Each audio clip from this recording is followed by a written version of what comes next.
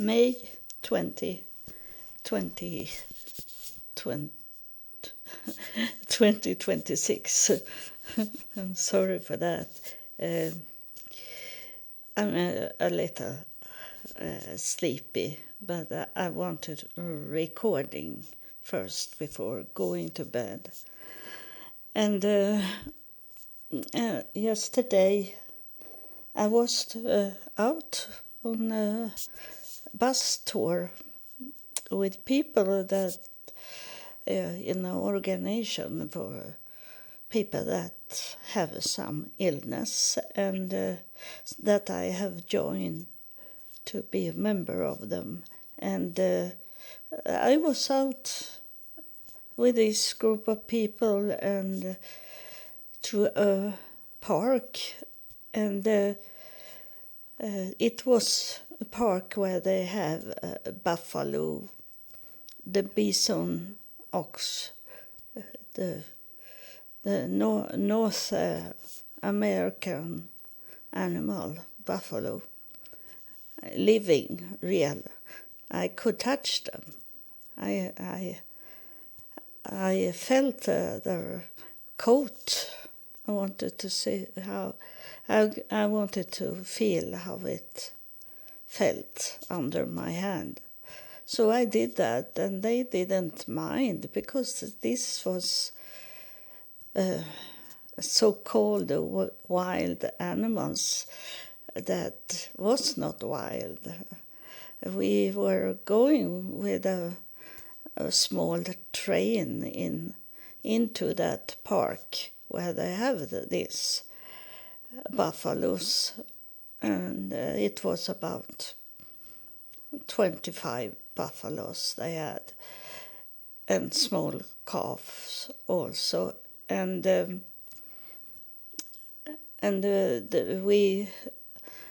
I didn't want to have it, but the people got branches of trees that they like to eat, and carrots to give them, and they come to us so close so that I could clap them, touch them. And then in the park was it also moose, those big animals we have here in Nordic countries and in Canada and the United States, up in the north. And they are very big, but it's because they have long legs.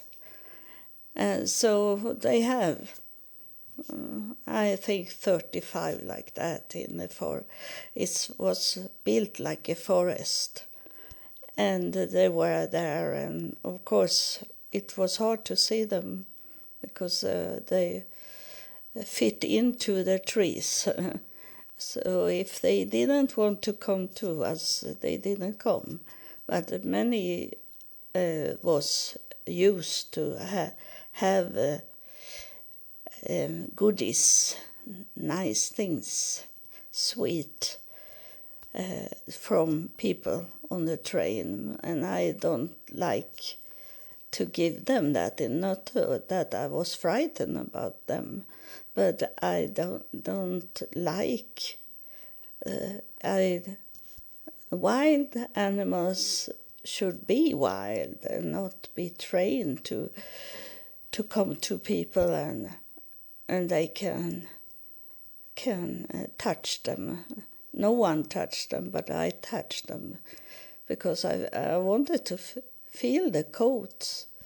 And so the park was beautiful. It was interesting, even if it was wild animals. But I take many pictures of them, close-up picture. And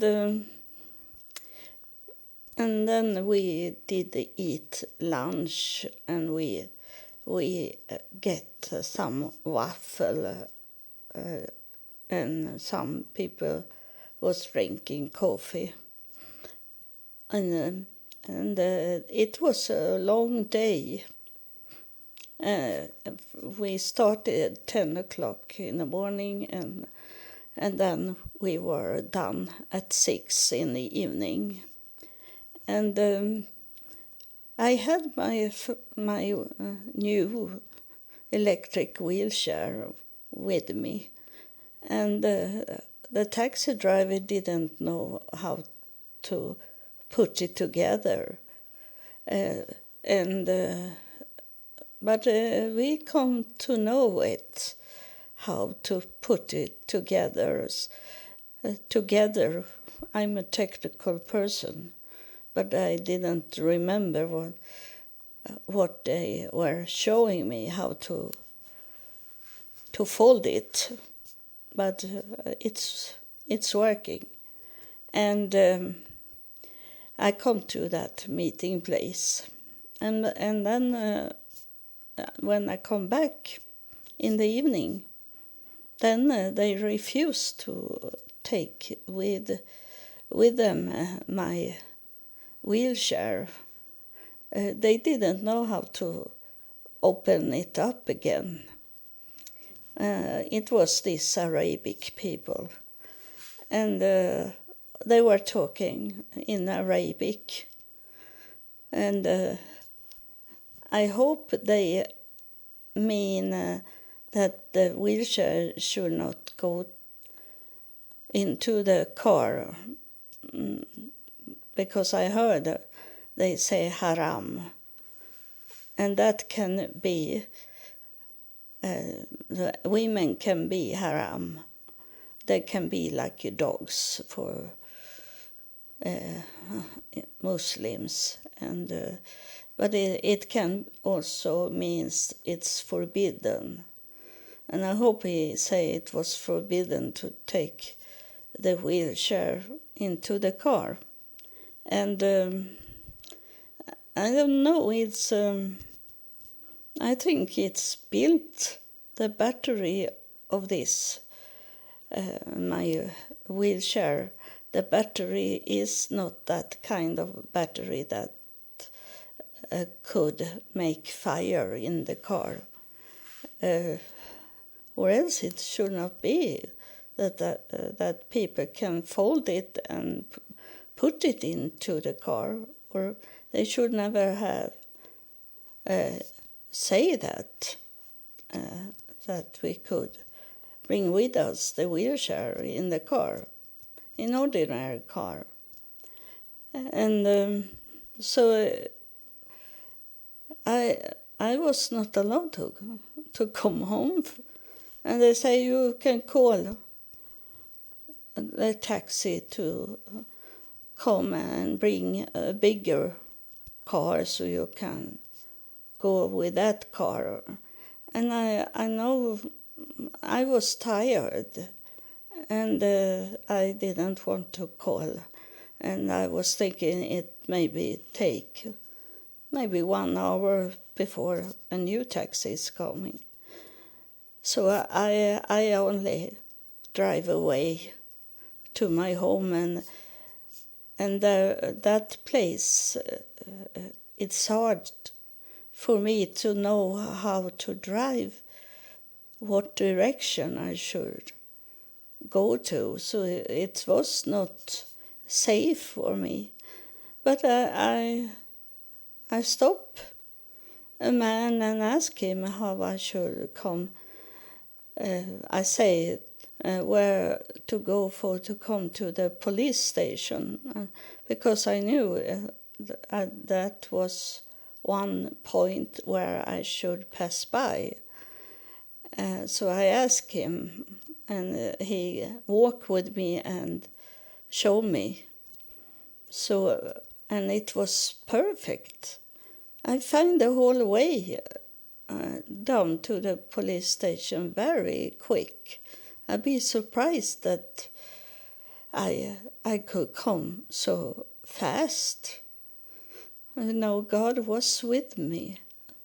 And I come home without, I was frightened that the battery should not working. that it should be stopped because of the battery was gone. But I come home. So it was, and the evening was beautiful. It was very beautiful to drive home. It was warm enough to not be frozen. So it was perfect, and I come to know a little better with a wheelchair. And so I have to make it in another way, but it taught me about my situation, so I know now. And then I suddenly got a message today from heaven, and it was about this with Mary and Magdalene gospel.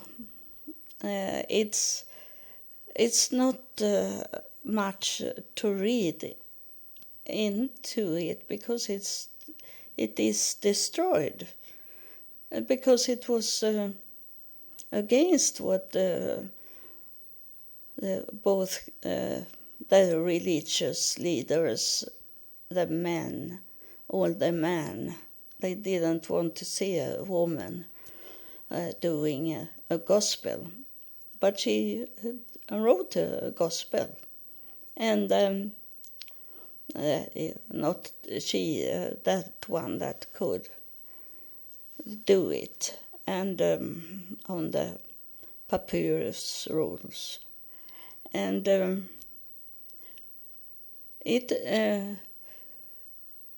I was curious. I have not read it really, because it had been harder to read it. But now I find a website that told me about Mary Magdalene Gospel.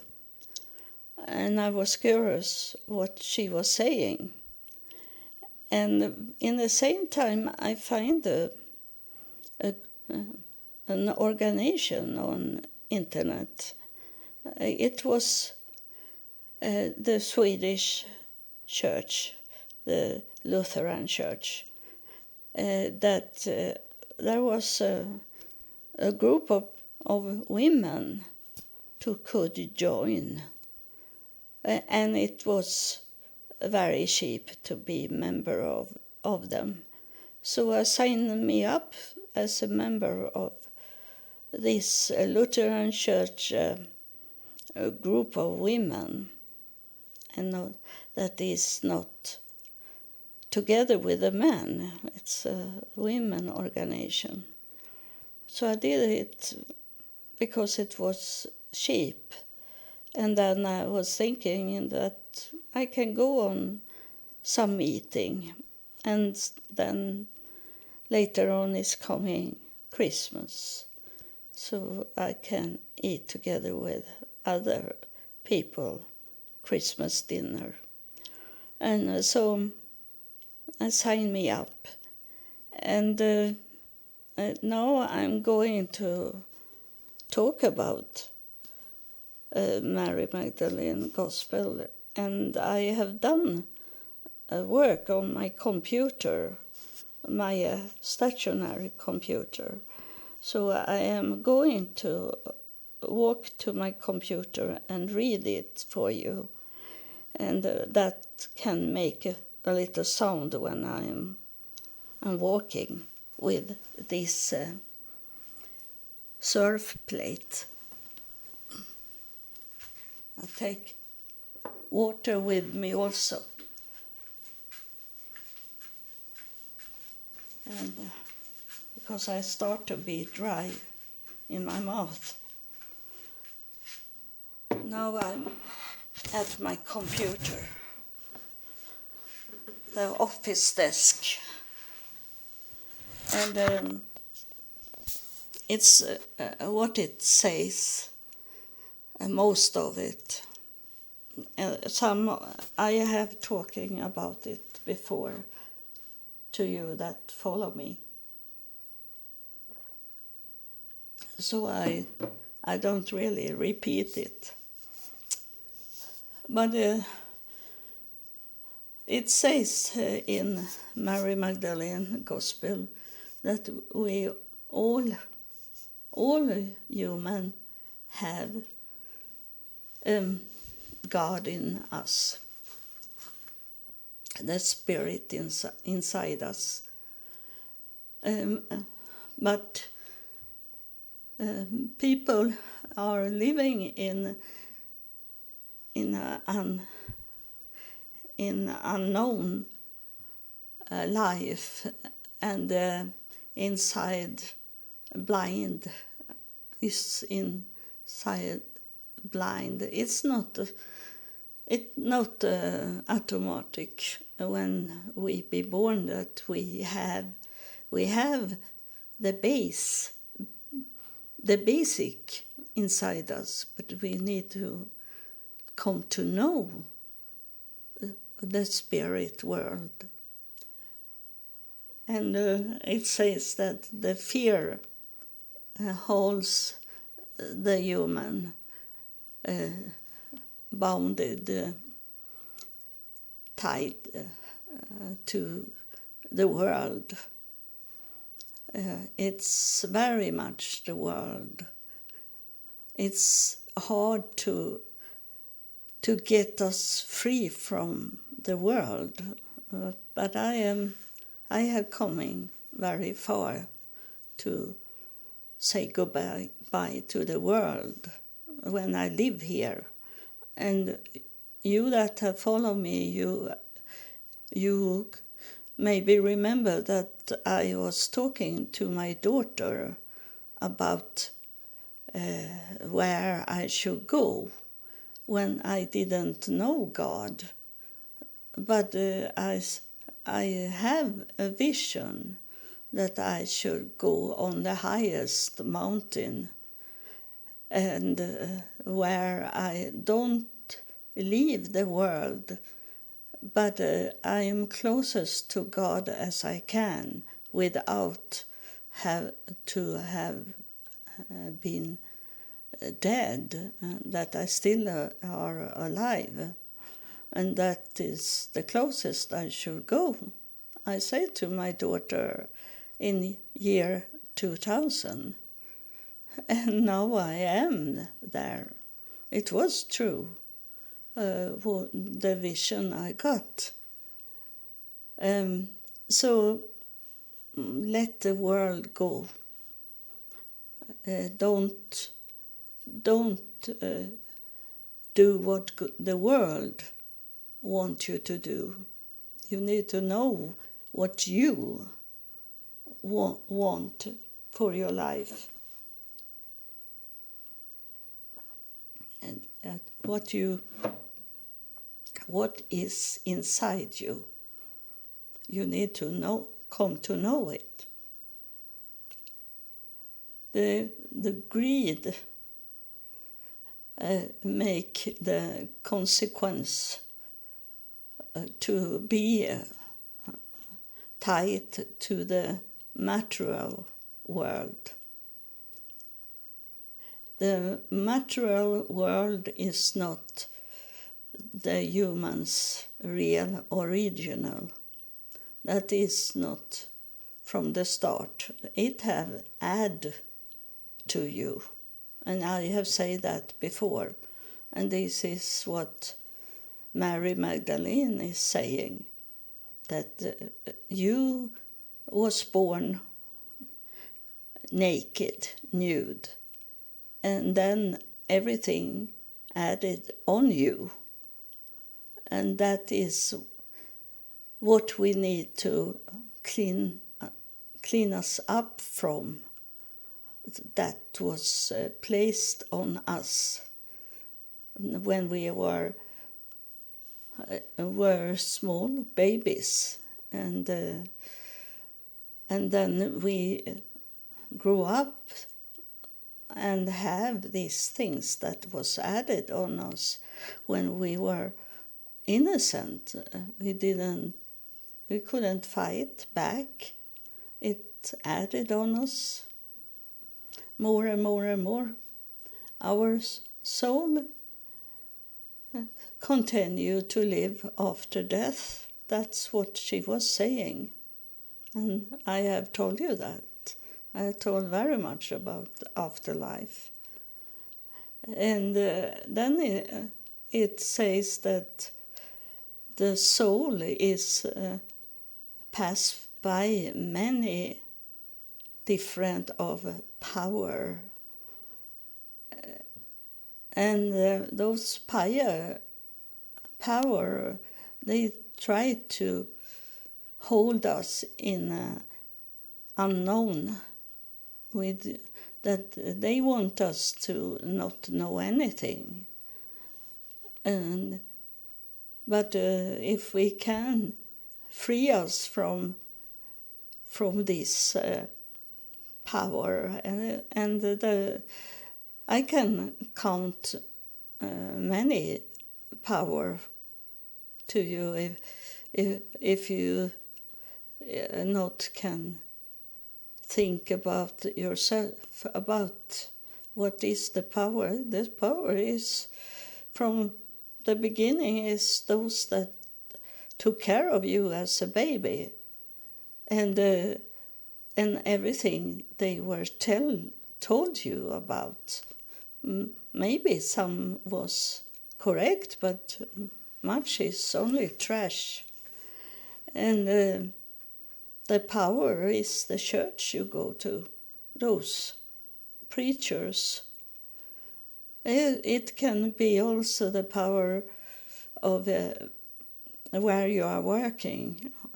If you can't tell them and be free and be in what you are for real, and you try to pretend that you are someone else.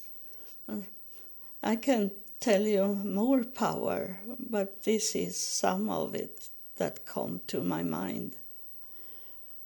So it's very much today, is it, that those people are walking around with the computers, mobile telephones, and disturbing things to come to know the real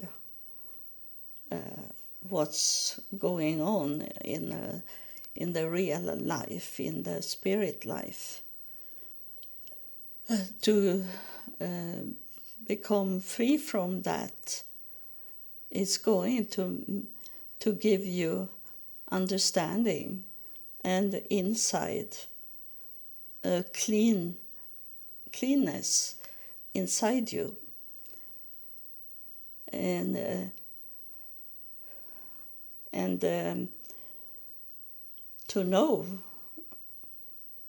knowledge. That is the way to the spirit freedom.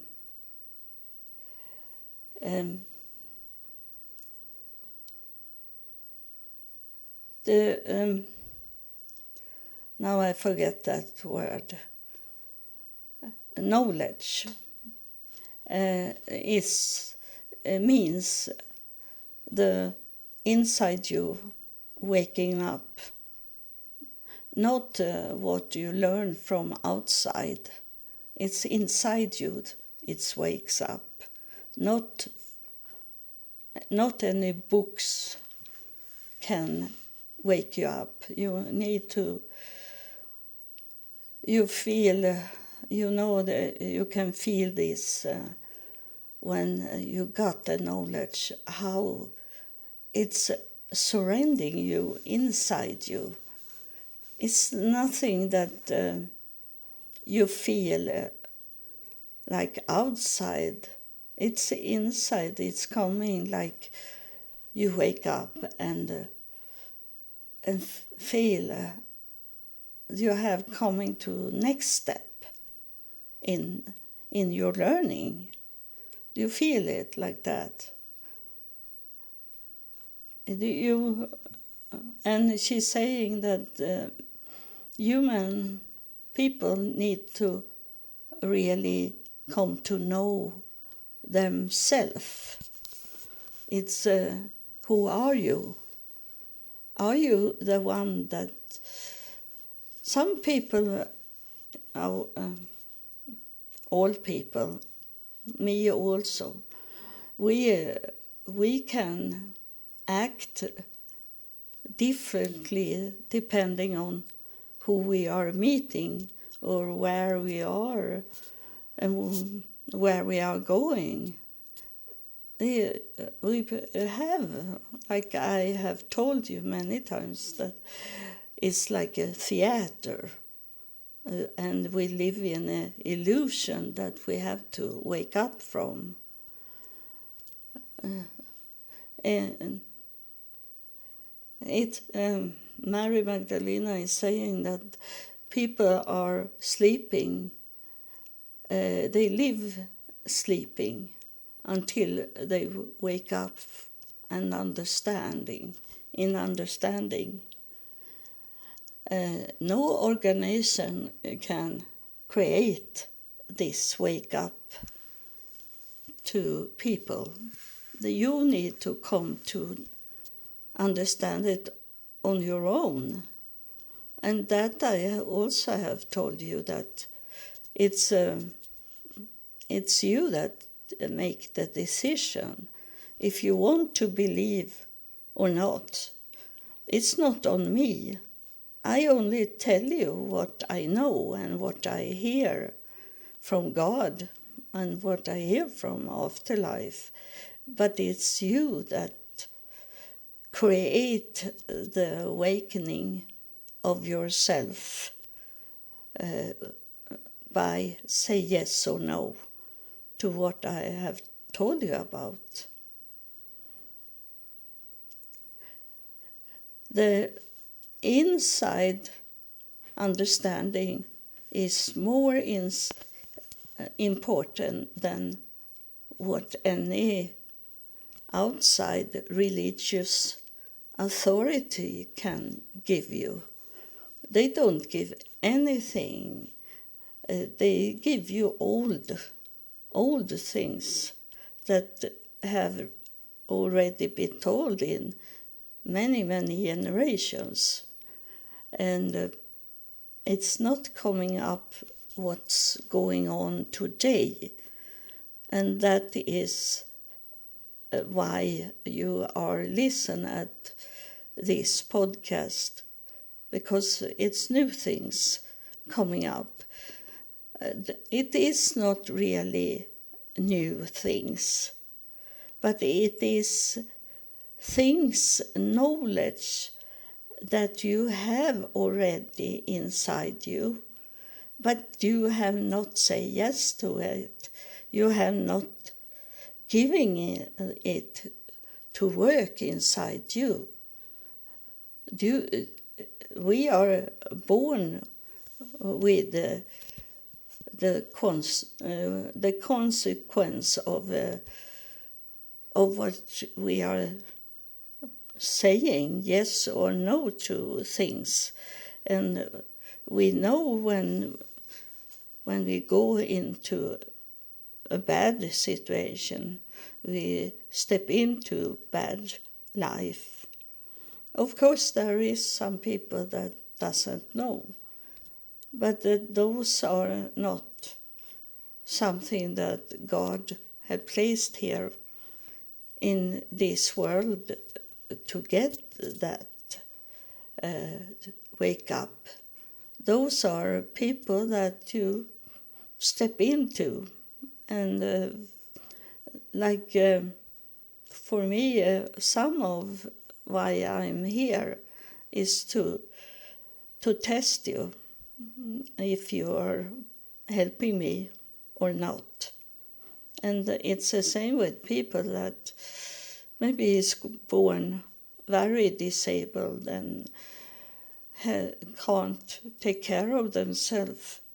And God see it if you help or not.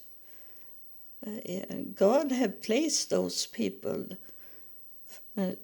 to you to test you, what you are doing when you meet people with much needs, your reaction, and he knows what you are thinking. So he knows every little hairstray on you. So you can't say that I have never think about that in that way. I have done everything I could done to this person, and God knows that you have not done everything you could have done. You can't lie to God. You know, God saw that Adam and Eve was nude, and they place leaves on them like clothes. And God was wondering why they put on these leaves. Who have said that you were nude? They didn't know from the start that they were nude. And they wake up, but they wake up to a wrong way to live their life. So that's why they have to go from Eden. So this is what I learned today. I learned also a little of Mary Magdalene, Mary of Magda. So God bless you, and thank you for listening.